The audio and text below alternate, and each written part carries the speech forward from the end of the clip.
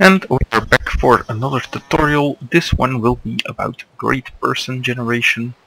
We are a bit further into the game than last time, I think. I'm not sure it will be copy-pasted as needed. So, how are great people generated? Well, let's go to a fresh city like this one.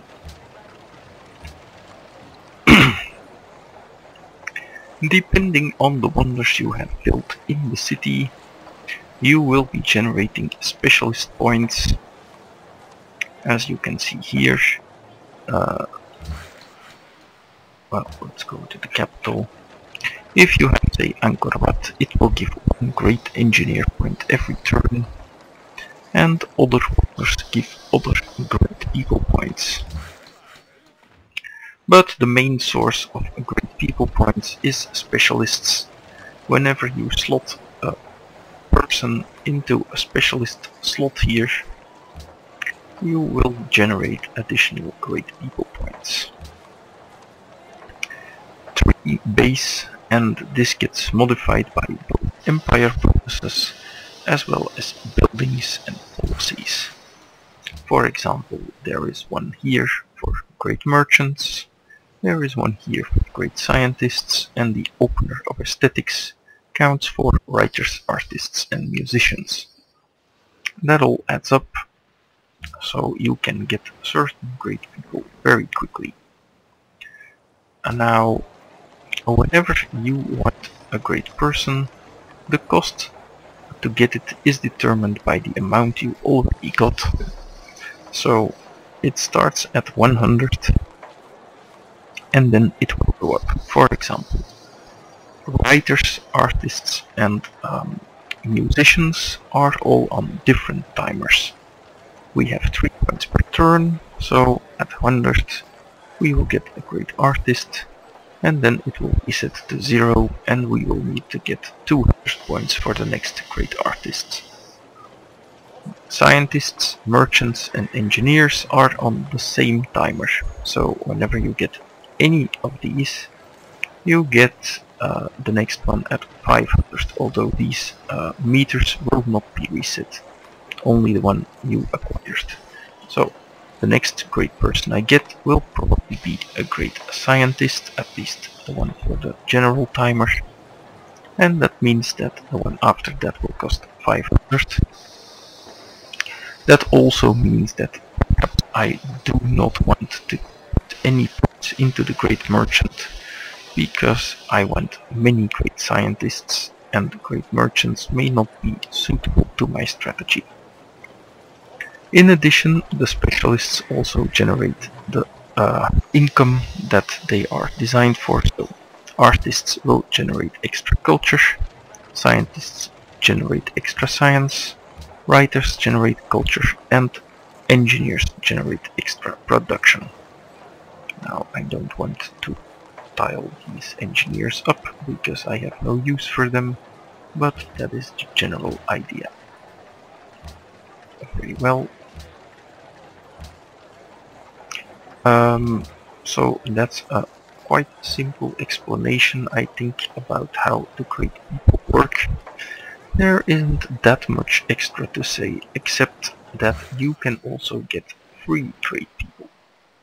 Mostly from policies, such as completing liberty will get you a free great person of your choice. Completing piety will get you a free great prophet. And many wonders will also give you a free great person. For example, the Tower of Pisa will give you a free great person of your choice, but other wonders might give you preset great persons, like the Porcelain Tower will give you a great scientist, and I can't really think of any other wonder immediately that does the same. So yeah, the Hubble Space Telescope gives you 2 scientists. These 3 great persons, they add to your counter, so if I were to complete the Hubble now, this would cost me 600 instead of 400. Depending on the social policies you pick, you can also buy great people with fate. For example, as you can see, the great engineer can be bought with tradition, the great general with honor. Rationalism, completing it allows you to buy great scientists, and aesthetics allows you to buy great musicians, artists and writers. Those are the most important ones, I think. Commerce allows for great merchants, and the others allow for and do not allow for any. Exploration allows you for admirals, but you probably shouldn't be doing that. Buying these great people becomes available in the industrial era, and they will cost fate. That incrementally goes up. Now, these great people you buy with fate have a special timer of their own, so they will not be increasing the costs here. So the first great scientist, for example, costs you 1000 fate, but it does not increase these timers. And the same is true for all the great persons that are fate bought. Their cost goes up as well, 1000, 1500, then 2500, 4000, 6000, unpayable. But you should be able to get 2 or 3 most of the time if you want them. And they are convenient. Great engineers can be used to speed up production, get a wonder instantly, or build a manufactory as I did here. The great scientist can be sacrificed for instant science, or can be made into an academy which produces science every turn. And most of the other great people have similar abilities, such as the citadel we have created with our general here. Well, all of them have one. You can find them easily. You will generate several of them yourselves. Which brings me to great generals and admirals. These two are on entirely separate timers. You can go here to see the great person list. As I said before, great generals and great admirals depend on your acquisition of experience. Get enough XP and you will get a great person. If you don't do any naval combat, you'll never get a great admiral, except with, of course, this talent. So, the point is that if you are doing war, you should get plenty of great generals, and they should never be a problem. There is one more exception to this great person rule, and that is completing patronage. If you do that, you will occasionally get a free great person from the city-states, but this event is so rare that you might as well not have it. If you take it early, you might get 2 or 3. If you take it later, you probably won't get more than 1, and you can't select yourself which great person that will be. So I don't think this is something you should rely upon. What strategies you should use, which you should buy, that's something that I can't really teach you, or at least not in this way, because it's entirely dependent on the situation.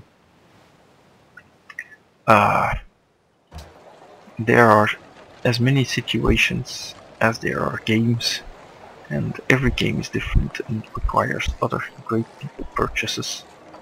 Suffice it to say that if you generate a lot of scientists, you will be set, and getting a great engineer when needed for a wonder will always be good. Great merchants in general are to be entirely avoided. They do not help you at all, so just stay away from them. You will not be able to avoid them entirely, as puppets are always on gold focus and will work their market when possible. When they are big enough. Let's see if Attila is working it. Yeah, he is working the market tile. so he will eventually build a great merchant. So can't be entirely avoided, but don't actually put effort into it. They will not get you a lot, unless you play Venice, but Venice is a very, very special case. Then there is one more thing I would like to talk about, and that is espionage. Might as well do that now, as it's a Renaissance feature. So your spies start at level 1. It's the amount of bars here, and you can basically do 4 things with them. You can put them in your capital or another big city to counter espionage, which means that they will be catching spies from other factions. That's quite good if you are the tech leader. If you are not the tech leader, you can move them to another country. For example, say if London was a very big city, I could send my spy there. You can see the population, and how well I can spy depends on the tech level and the science generation of that city, as well as certain buildings that protect you from the spying. You can see them here. For example, the police station reduces spy rate, and the constabulary also reduces spy rate. There we go. You might want to build them if you are the tech leader, and then only in your capital usually, because it's really not needed to protect all your cities. For example, this city, Lisbon, generates 100 science, while Stockholm, for example, generates 7. That means that stealing from Stockholm is nearly impossible. A third thing is you can put them in a city-state. If you put a spy in a city-state, we can do that right now. Let's check. For example, Malacca. It will travel there, and when it arrives, it will give you the ability to try to do a coup, which means it tries to overthrow the current influence and make you the ally.